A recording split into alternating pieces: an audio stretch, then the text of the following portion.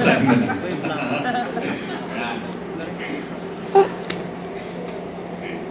Yan. Let's go now with your paper. Okay, ito na po yung paper natin.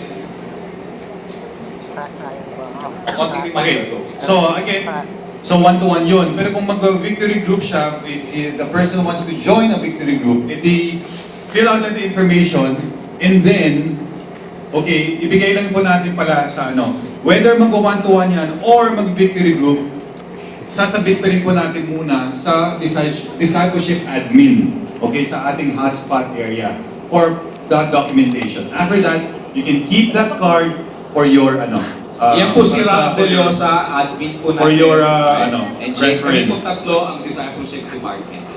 So yun. Alright, now, let's go now with the tips on engaging. Now, we mentioned a while ago that if the preacher, or for that weekend, will incorporate in his preaching.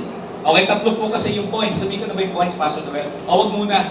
Baka di na kayo umattend eh. Sabihin ko sana yung points ng preaching this Sunday. Pero yung pangatlong point po na sasabihin ni preacher, okay, incorporated po dun sa points niya, itong one-to-one campaign na yan.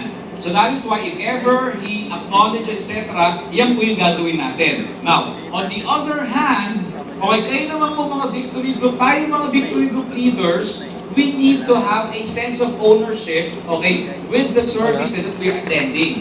What does this mean? It only means that we will share the load with the pastors when it comes to developing a culture of discipleship within the service. Ano pong gagawin natin? Those are big words or big terms, but to simplify things, all you have to do is, when you enter, let's say nakapila ka pa lang doon. Wala na siya.